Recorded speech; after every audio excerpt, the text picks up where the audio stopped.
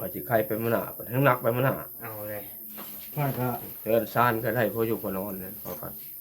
คิดว่าแล้วก็ทอดตัวเอง พ่อก็อยากไปปัวอยู่มันหักแล้วแต่ไม่ง่ายจะดีเพิ่นได้เรื่องปัวก็ได้พ่อก็บ่ได้มีเงินให้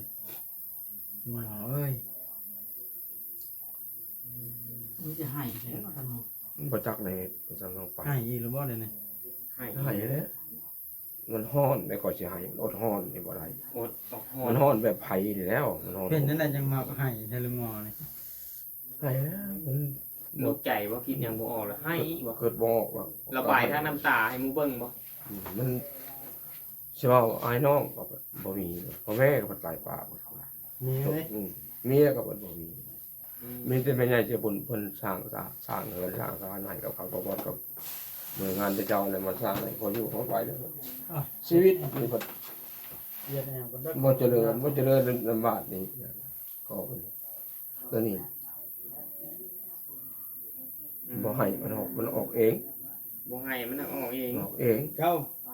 นึ่งข้าวกินเองได้บ่ ได้อยู่ได้จับบ่ายได้อยู่ได้ตะกี้ก็บ่ได้จับได้อยู่เนี่ยเอามาเองก็ได้บีบน้ำกินเองก็ได้แล้วนะก้มนี่ก็ได้ตะกี้ก้มไว้ได้เด้สิก้มไม่เบิ่ง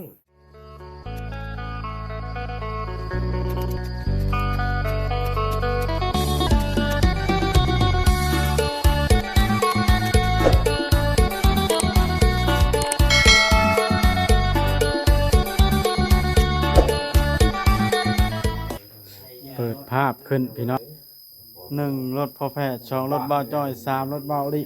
4รถบ่าววัดมาเฮือนท่านหมอนี่เด้นั่งกำลังสัมภาษณ์ท่านหมอสบายดีลุงหมอ สบายดี เป็นไดให้หรือบ่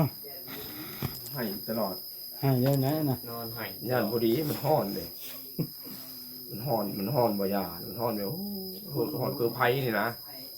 มันบ่เย็นเลย ห่อนคือไผ่ไกวคือมึง ฮ้อนคือไผใหม่ ใช้เปิดเบิ่งด้วยสิเบิ่งนี่ เด้อ เห็นบ่ นี่เอาแล้วอัดไว้ซื่อๆเด้อเอายานั่นเอาไว้ซื่อๆได้นี่ บ้านนี่คือบ้านเนี่ยพ่อเด้อบ้านนี่เนาะ บ้าน มั เนี่ย นมานขนมบ่ได้ได้ มันบ่ดีนะเลยมันฮ้อนไว้นั่นฮ้อนโอ้โหมันฮ้อนบ่มีเวลาวางอะนะ เอ้าได้หยังอันนี้ เขาก็ให้เนาะ เข้ามาแต่วัด เขามาแต่วัด เอ้าหน่อไม้ต้มพร้อม วัดเบิด เอ้ย ไหว้พ่อก ล้วย อ่ะ มาได้ใช้กล้วยนี่ สวัสดี โอ้ขึ้นมาแต่วัดแล้วบ่มานี่ เอ้ยคนอยู่นั่นนี่คือไป มะม่วงแผ่นพร้อม นั่น อ๋อแต่เป็นตาแซ่บอันนี้นี่หลวงพ่อสิทนแล้วเพิ่นได้กินอยู่บ่ กินเพิ่นได้เพิ่นแลกมาให้ แล้วอันลุงคำชัยก็ลงไปอัดกินน้ำกันนะบ่อยู่วันน่ะ รอเพิ่นไปลงไหน เจ้าลงผู้เดียว ลงผู้เดียว เพิ่นจะ มา ใช้จ้ะ ไป เจ้ามาคือเพิ่นกิน เอามาแล้วก็กินเพิ่นก็กิน เออ บ่ไป เจ้า ก็ หา บ่ได้กินอย่าง เจ้าไป ลงไปวัดเพิ่นว่า แล้วจะอายหมู่บ่ลุงชัย สิแม่นแล้วอันนี้บ่จักอายอันนี้มันบ่มีนะไป มันยังลุงหมอเป็นผู้หากินบ่ จนหากิน จุ่มเป็นหยังน่ะ จมแล้วมันไข่อย่าประดงต่อมันคันเลย ความหมายเห็นไหม คันแล้วนี่ว่าแวบได้นี่ ห้ามกินสลายแดงอีกเด้อ บ่กินแล้วยา มันยังเป็นชะลาแดง อันนี้ นี่เออ เขาเอามาให้บ่ ซื้อติโดน มากินชะลาแดงมันพิษบ่จ๊ะ กินสไลด์แดงแล้วสวีทเนี่ยกินแล้วมันไข่เขายา อืม ปลาตกอ๋อมันกินเล็กมือไหนอันนี้ ร้านนี้เพิ่นได้กินเขาจะบ่ได้ บ่เจ็บท้องบ่กินออกมากินเล็กยามฝ เขา น จะบ่ได้กินอย่างคาลัมนี่คาลัมบาทนี่ บาดแผลนะ คาลัม บาด นี่ ดีบ่ โธ่น้ำก็ได้ฝนตกแห้งบ่เดี๋ยวนี้ แห้งเลยคืนนี่ อยู่บ้านเฮาก็บ่ตกจังเม็ดซะ เขาบ่ได้หัวได้อย่างเลยเนาะ จากที่ว่าผ่านประสบการณ์มาหลายเจ้าก็ได้ซักคือจักยาดูว่าปัวคนมาหลายนี่เป็นอะไรอันบาดนี่ชีดีที่เช่าทุกคนเบิ่งบาดแผล กับบ้านนี่หั่นบ่ดีเห็นบ่ป่า บ่ดีบ่ บ่ดี เฮ็ดอะไรชาวบ้านนี่ คือ เงิ บ่ น แน บ่ ว มี เช่า พอเชื่อว่านั่นเป็นไปหาเขาน่ะเขาต้องปาดใหม่แล้วยิบใหม่ ปาดากนะพ่อปาด ปา บ้า ด นบ่ ปาดเนี่ยเขาจะยิบให พ่อ ม่ แพทย์เป็นผู้สิให้ทางท่านเนาะครับ บ่แฮดเช่าบ่ เศร้า จะได้ยินนี้บ่ สงสารท่านหมอ อ๋อบ่จักแนวเฮาก็ได้จักแนวสิเฮ็ดอืม หมออยู่แต่ว่ามันด่า จากหยังอันนี้ ยายาค่ะ อย่าสูบบ่ ยา บ่จ้อยสัมภาษณ์ลุงกำไสบ่ โดย เอา สัมภาษณ์ลุงคนใส่เรื่องบาดแผลทันหมอว่าเป็นเพิ่นว่าบาดแผลยังบ่หาย อ่า มันจะเป็นบาดตายเลย ๆอือ รายเดือนเลยมีกินพัวก็เมื่อเดือนเลยยังคือเราคือดีใจแล้วเนาะ ฝนตกแห้งขนาดจนเต็มถังไว้ตลอดน้ำอืมอ่าฮะ บ่ซื่นบ่ซื่นบ่ซื่นลำบาก ลูกใจลำบากเนาะนี่บ่ชื่นบ่เฮ็ดอันม่วนอัน จั ชื่ บ น โบ น้ำหมู จับโบมัน เป็นไรแต่ มัน ห้านุ่มนะ โหดนะ ห้าหกหนุ่มบ่ได้มาใกล้บ่มันนี่ บ่ มันใกล้กับเบาแล้วเนาะท่านหมอเนาะ ก็มันสินั่นมันฮ้อนมันเจ็บแต่ใช่ฮ้อนมันเจ็บนะก็เป็นฮ้อนนะ มันตาไหลเนี่ย ฮ้อนไผใหม่นี่นานดีก็สินานดีนั่นมันมาแล้วเจ้าแก่ตัวแล้วมันนานตรงไผใหม่มันนานดี ให้ใหม่บ่จ้ะ ไผใหม่มันเป็นบ้านนั่นแหละไผใหม่เนี่ย อืม เพราะว่าตอนนั้นน่ะเขาสร้างย่างเขาย้อมบ่ได้แล้วเขาแก้บ้านนี่แก้มันสึกกับเตียงนี่นะ ก็มันสิเป็นหลุมนะก็มันสิหลุมนะแต่เป็นบ้านเลย โอ้ นะมันเป็นบ้านเลยบ้านนี้ไฟใหม่ได้ไฟใหม่น้ำร้อนลวกนานดี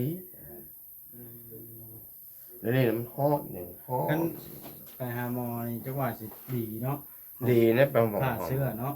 ไปหาหมอนะเขาสิบางทีเขาสิปาดไหมปาดแล้วเขาสิยิบ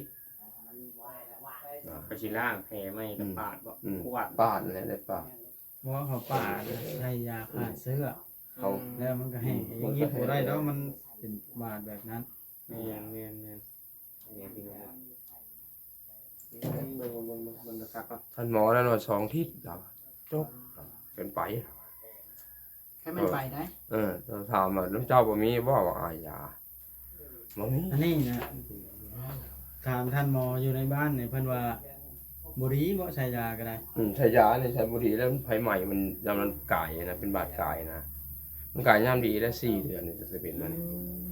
ย่างก็ยังได้สัญญาณมานะครับว่ามันขาจะตัวนี้ เฮ็ดได้บ้านนี่เงินก็บ่มีสิไปหา นั่น หม แห อ ละก็มันบ่มีเงินมีคำเลยนะอยู่ 3อันเอาไป มีจะนอนให้ พี่ปฏิตัดขาแล้ว มันเปื่อยเลยก็ ตัด โจ ขาสิไปได้บ่บ่ จำเป็นมันเปื่อยเลยมันตัวเขาว่ามันเดี๋ยวนี้มันกำลังเปื่อยมันเปื่อยในมันกินดูคนมันเจ็บบาด อืม มันคุงกระดูกเลย นอนให้ ให้ไหน นอนให้นั่งให้ซุมื้อนี้ ให้ไหน ยันตายเนาะ ย่านตาย เจ็บหนัก อาจจะใครไปมันหนาทั้งนักไปมันหนา เอาเลย พ่อก็ เดินซ่านก็ได้เพราะอยู่พอนอนเนี่ยเขาก็ขึ้นว่าแล้วก็ทอดตัวเอง พ่อก็อยากไปปัวอยู่มันหักแล้วแต่ไม่ใหญ่จะดีเพิ่นได้เรื่องปัวก็ได้พ่อก็บ่ได้มีเงินให้หมอเอ้ย มันจะให้แล้วเนาะท่านหมอ ประจักษ์ในประจักษ์ทางไป ให้อีกหรือบ่เดี๋ยวนี้ ให้ ให้เลยมันห้อนไม่ก่อนสิให้มันอดห้อนนี่บ่ได้ อดออกหอ มัน นห้อนแบบไผ่นี่แล้วมันห้อน เป็นนั่นแหละจังมาให้แท้หรือหมอนี่ ให้แล้วมัน ตกใจบ่คิดหยังบ่ออกเลยให้บ่ เกิดบ่ออกว่า ระบายทางน้ำตาให้หมูเบิ่งบ่ มันใช่ว่าอายน้องก็บ่มีพ่อแม่ก็บ่ตายปากบ่ มีเลย เมียก็บ่มีมีแต่แม่ใหญ่จะบุญเพิ่นสร้างเงินสร้างสารให้กับเขาก็บ่กับหน่วยงานเจ้าเนี่ยมาสร้างให้พออยู่พอไปแล้วชีวิตนี่ก็ เรียนแนวก็ได้ บ่เจริญลำบากนี่ก็ตัวนี้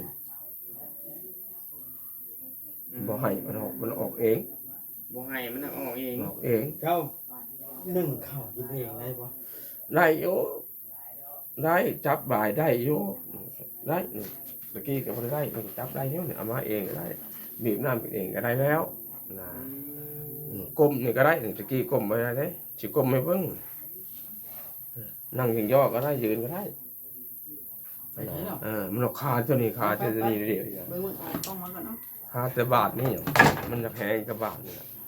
เป็นยังไงให้มาถามแล้วให้เป็นบ่เลย ให้ได้ คนแนวมีจากทางออกเนาะ ก็จากทางออกก็จากทางไปทางมาอะไรอันหนึ่งอันสองมาก็จะไปสิเป็นสิปัวบาทนี่อะไรอันละอย่าง เฮ้ยให้ซะน้อยใจเนาะ น้อยใจได้ เพื่อนนี่บ่ให้เนาะลูกกำไสเนาะ บ่ให้แล้ว เป็นไทยจะบ่ให้ บ่ให้ยังว่า อ้าวอย่าว่าเราอยู่ทำระยกเคลื่อนให้แล้ว เราก็บ่ให้แล้ว ไปตัวสิก็นั่นให้ดูไปแล้วเนาะทำมา บ่แล้วสมมุติว่าทันหมอบ่รอดจะไปเว้าคำง่ายๆเนาะทันหมอ ให้ลูก ลูกได้ลูกเลยมาอยู่นำ ลูกเอามาน้ำผลยาให้แล้วมันอยู่น้ำผลยาสาวเราใหญ่แล้วก็เลยสิมา บ่เห็นบ่เซ็นให้ลูกกำไส บ่เซ็นได้ลูกให้เซ็นให้ลูก อืม ให้น้องกับลูกหลานก็บ่เซ็นให้ให้แต่ลูกบ่เบิ่งก็ยาเอาให้ลูก อย่าเขาเนาะ ยาเขา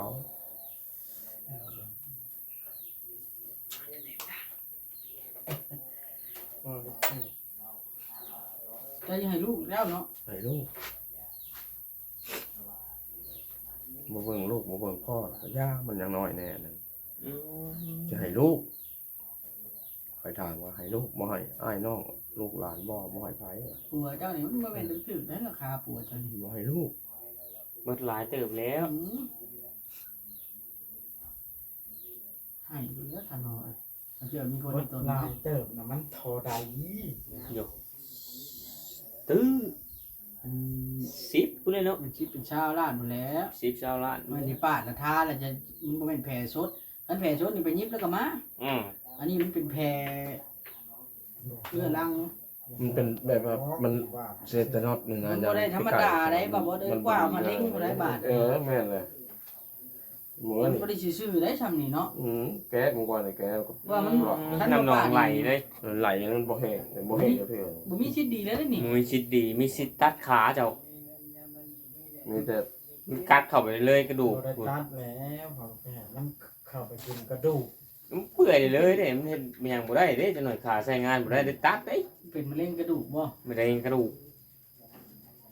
แบบว่า มัน ย่า กัด ง เข้าไปเรื่อยๆใหญ่เข้าไปเรื่อยๆนี่ ย่างในกับมึนตะกี้บ่ได้มึน ตะกี้บ่ได้ใหญ่แบบนี้ เริ่มฮอดเส้นบ่จ้ะ เส้นเนี่ยมันเส้น อันนี้ เส้นขาดมันจะมึนเนี่ยนะ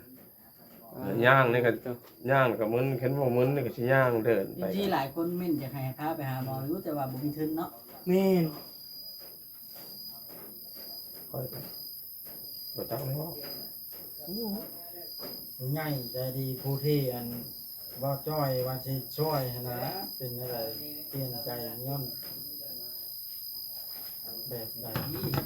ว่าเข้าฮอดไผให้คันหมอ ช่วยชีวิตทันหมอเป็นได้เนาะ อ่า น่าจะดีคนใดก็ได้อยากช่วยท่านหมอเพิ่นเอาไว้โจรแล้วอันนี้นี่แหละคนจนจริง คิดนักอยู่เด้อ ๆหมอก็ต้องแพ้ แม่น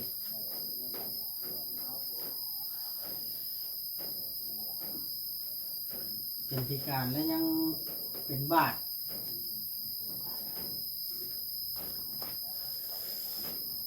ท่านตายไปเฮือนกับประจักษ์ความดีเฮ็ดแล้วบัดนี้ผู้มาอยู่แล้วสิอยู่ ผมมาอยู่แล้วไผสิอยู่บ่ ก็จนน้ำท่านหมอเช็ดน้ำตาแล้ว น้ำตาไหลดิดๆทันหมอ จนแล้วเลย มีตนเนาะ ท่านบาดดีนี่มันทุกอย่างก็ดีขึ้นนะเพราะว่าเราเป็นย่างได้ไปเป็นหากินได้บัดนี้ แม่น หากินได้ได้กันบาดดีเนาะท่านหมอ โดย พี่น้องว่าเราเฮ็ดเอาบ่แม่นเฮ็ดเอา ไผสิเห็นให้เป็นเวนดารา พี่น้อง เจ้าเห็นแต่นี่ให้ไปบ่รู้ ให้บ่ออกไป หนึ่งหมอให้รู้เลยนะ ให้อุกใจ สิโตนแล้วเด้อบัดอดเอาแล้วเราเคยมีผู้เมตตาเฮาก็มีเนาะ แม่นอดเอา อดเอาสู้ไปก่อน เกือมีผู้เมตตาส เจ็บ งสาร เจ็บโหดในวันคือพื้นไฟโหดโหดแบบ กินอย่างที่ว่าพิษแล้วเจ้าอย่านั่นกินเด้อ น้องว่าน้องแพทย์ แม่น ให้เช้ากินให้เช้าทามันก่อนยันมันพิษ พิษน้ำท่าบ่ได้ บางเทื่อก็พิษน้ำแบบว่าห่างๆการกินเฮา ใส่พอลูกแพทย์เบิ่ง อาหารก็กินกับ สิย่างไปเบิ่งนะ เบิ่งความแพทย์ สิเบิ่งบ้านนี่ฮะเบิ่งสิเบิ่งบ้านนี่ลงย่างได้ไหมอยากได้นั่งแล้วบ่ได้ย่างพอลูกแพทย์นี่เบิ่งกันเปิดขึ้นเบิ่งดู ทาได้นี่เป็นทาได้นี่ มันก็แห้งแล้วเด้ แห้งได้แห้งอยู่เนาะทางไหนนั่งตัวนี้เป็นประเช้ามาก่อนนี่เป็นร้อนนี่แดงจึงครึ่งเนี่ยมันอันนี้ยานี่มันติดซื่อๆได้นี่ แกเอามึงดูซะยามมันเวิร์กว่า แกมันแห้งฮ้อนแล้ว แก้ แก ทำ มั คน วาม ก็ สะ ได้ อาดได้ท่านหมอ ไหน แกอะไรนะแกน่ะ แกมันแห้งออกได้หนองนี่ ก็ตัวจะ เนี่ย ตัด เอา ต่อ เอายานั่นได้ใส่เอายานั่นเนี่ยใส่ หืม เอายานั่นใส่ มันจะใส่ บีบไปเยอะอยู่เดี๋ยวมันฮ้อนนอนกลางคืนก็ฮ้อน เป็นบ้า มันหายอยู่บาดนี้ บ่แพ้ว่าหยังน่ะ ท่านหมอเนาะ ว่ามาแล้วมันต่ำบ่หรือบ่ได้ต่ำก็ให้รอบนี้ มันต่ำเลยย่านมาเลยย่านนึ่งมาเนี่ยย่านพอดีน้ำตัวนี้นะ ยานนะครั น้ำพอดีน้ำบาทนี่น่าเลยนี่ บ่ต่ำก็ให้เนาะ น้ำพอดีน้ำบาทนี่ แต่เก่าบ่ให้ยันต่ำอืม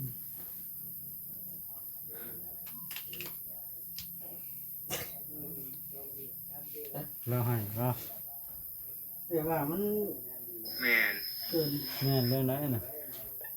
เราหาย ท่านหมอก็ยังเจ็บบาดแห้งเมื่อคืนนี่ก็จนทนบ่ไหวก็นอนก็จนบ่หลับคืนนี่ บ่ บ่เลยได้ ความเจ็บแห้งมันฮ้อนแห้งได้บ่บ่ มันฮ้อนคือไผ่นี่แล้วมันฮ้อนโอ้โห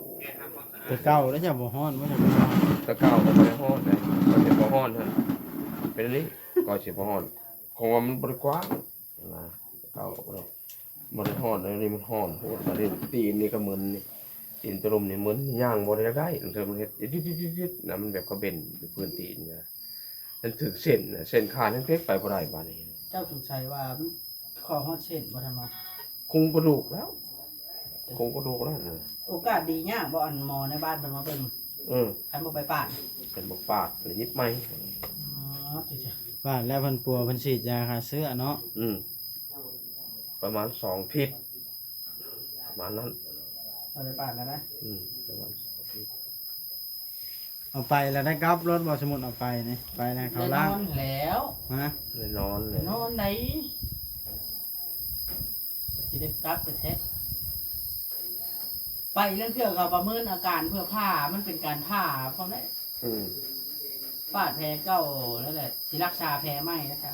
ถ้าแผลชดนี่บาดแจ๊กก็ไปยิบโล่นนั่นมันง่ายนะ แต่เวลาไม่คือบอกไม่ยังปาดมันก็จะดีไว้ อันนี้มันปาดและปัดถิ่มเนาะเงย อันนี้ เนาะ เขาชิ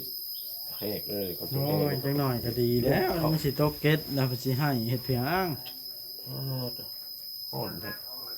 เพิ่นมันสิตกเก็ตล่ะ มันต้องได้ชักยาต้านเชื้อ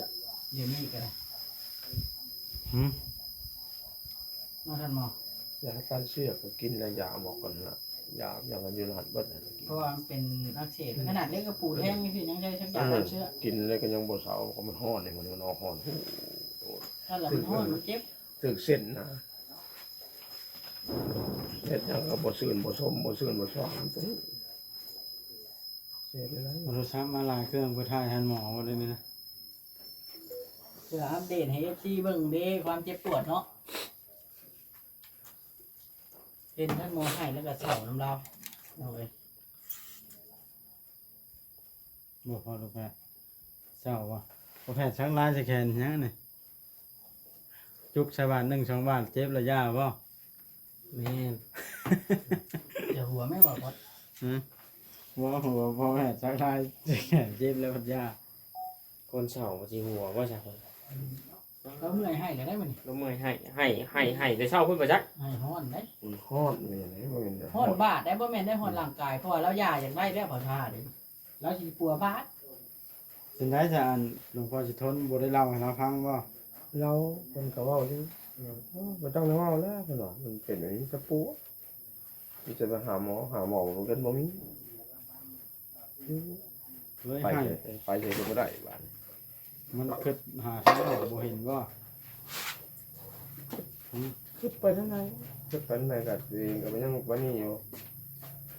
จักทางนอนกลางคืนก็พลิกปีนอยู่ในนี่แหละมันร้อนแฮงคืนนี้ลงมาใส่เอาน้ำมาใส่ในลงใส่ไว้ป่ะร้อนแฮงเอาน้ำมาใส่มันสิเปื่อยบ้าน อืม แล้วเราเราเอาปากเราในเป่าตะกี้ว่าพิษยานั่นตะกี้นะหายาเนี่ยมาจากไทยยาเขามาให้ทานแล้วมิตรยาแล้วบ่เสา อืม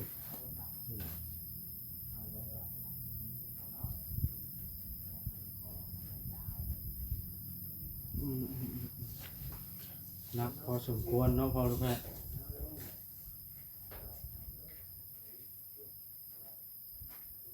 ว่าราบเลื่อนกวนแล้วเพิ่นยังบาดแผลบาดนี่บ่ บาดแผล อืม น้ำอาบไปแล้วพอดีมันบาดแผลตัวนี้มันแบบลักษณะแบบมันกัดที่เดิมกัดที่นะแบบมันกัดนั่นนะ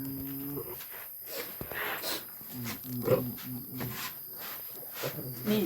ตัวแนวย่านน่ะคือท่านหมอมาเบิ่งแล้วว่าบ่มีสิทธิ์ดีคันบ่ไปปาดนี่แหละเพราะว่าเฮาบ่มีเงินบาดนี่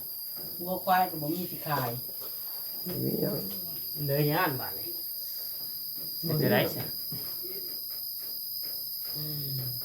สัตว์แท้ที่มาเช็ดน้ำตาให้กับพี่น้อง